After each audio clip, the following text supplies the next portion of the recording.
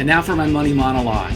March Madness is here, college basketball's biggest stage. I love it. I'm a huge fan. We've shut down the office to celebrate. It's great to watch great competition. A Cinderella taking out a fan favorite. It's fun to fill out a bracket, compete with your coworkers. Now, whether you like college basketball or not, 15 million people watched the tournament last year on CBS. Here are some of my biggest takeaways on March Madness and your portfolio.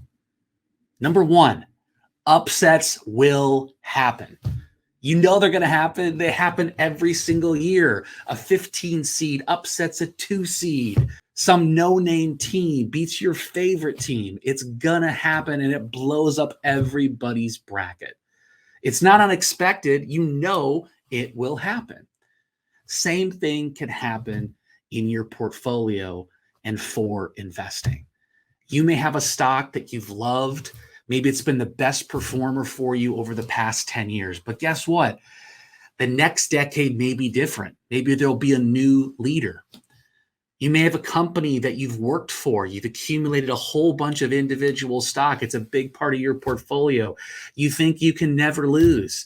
You think it can't go down. You think it'll be there forever. Upsets can happen. The unexpected can happen. In financial planning, when you're managing investments, there's something called tail risk. What is the risk of a portfolio? Guess what? There may be a small risk that something blows up, that something big happens, but that risk is real.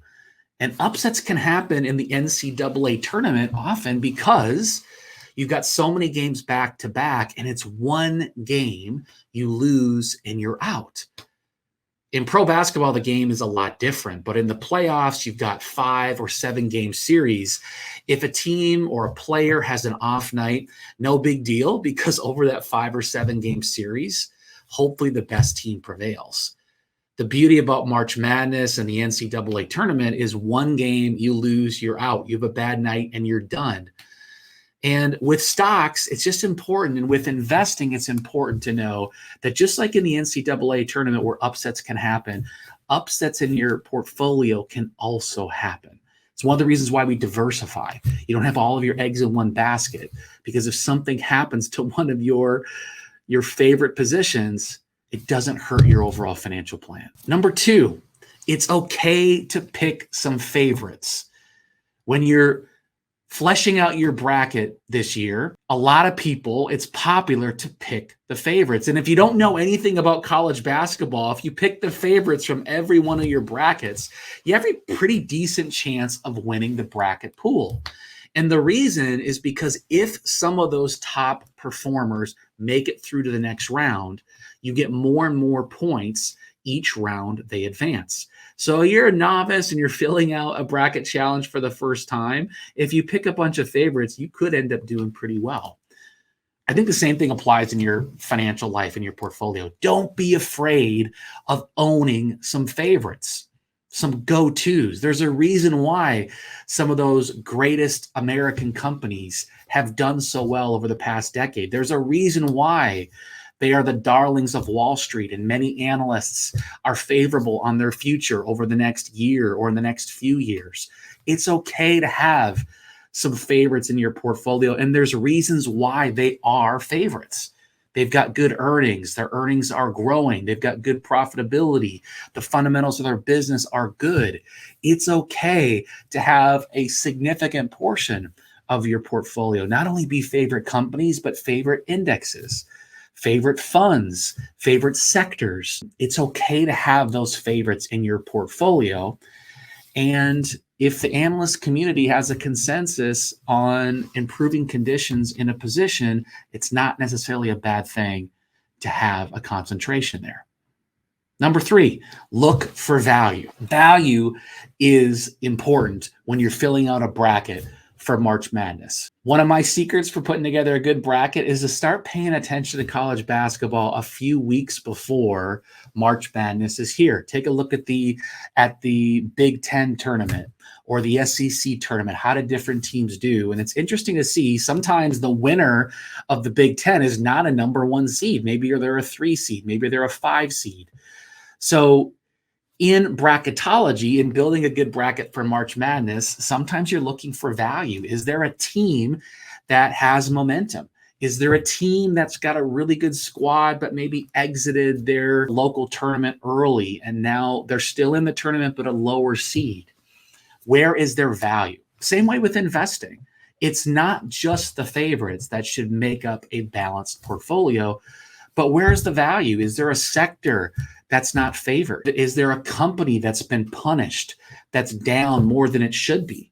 When you look at the long-term fundamentals, when you look at the earnings growth, when you look at the profitability, where is there some value? It's important. You shouldn't just be overpaying for companies and overpaying for sectors. Where is their value? You want to fill out a good bracket? You want to fill out a good portfolio? Thinking about value is important.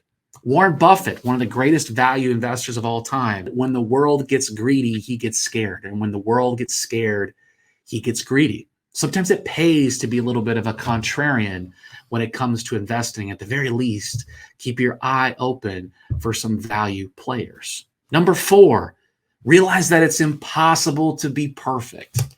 You cannot build the perfect bracket. You will not build the perfect portfolio. What you can do is keep improving. What you can do is know and embrace the fact that it won't be perfect. Warren Buffett used to put out a cash prize for anyone that could build out the perfect bracket for March Madness. And guess what? No one has ever claimed it. No one has ever done it. It's the same way in your portfolio. You are going to have some players, you're going to have some picks that you make that are definitely not going to work out. It's one of the reasons why diversification is so important, to not have all of your eggs in one basket. And diversification is not just about stocks and bonds, but diversification is also about diversification of your investment strategy. There's so many people out there that want to make investing simple. Oh, just buy this index, close your eyes, and never look at the rest of your life. Now, there can be a place for buy and hold investing. There can be a place for index investing. But it doesn't absolve you from the need to continue to be educated and to evaluate your strategies. If you lived in Japan and you bought the Japanese index, it took you 30 years to get back to even. If you bought the S&P in 2001, it took you a decade to get back to even. If you bought the Chinese stock market a few years ago, you're still licking your wounds from that. No strategy is perfect. And diversification is not just stock and bond ratio. It's not just individual positions. It can be sectors. It can even be indexes themselves. Are you in the S&P? Are you in international? Are you in bonds? Are you in value versus growth, and why? Are you in the NASDAQ? Right? These are the questions that you can be asking. And it's important to remember that it's impossible to be perfect. Number 5, there can be lots of winners. Now, there's only one winner of the NCAA March Madness tournament at the end of the day, but there are a lot of stakeholders that are winning, right? The local venue, the universities and colleges that progress, anybody that's a Cinderella. There's a lot of winners. If you just make it to the Final Four, that's part of building a winning program in a winning franchise. Investing, there can be winners, there can be losers, but there can be a lot of winners. What you want to build is a team, a diversity of winners. You might have a stock, an index, a strategy that's winning for you. You want to let those flowers grow in your portfolio and realize that one of the best ways that you can diversify your portfolio is to have a team of winners.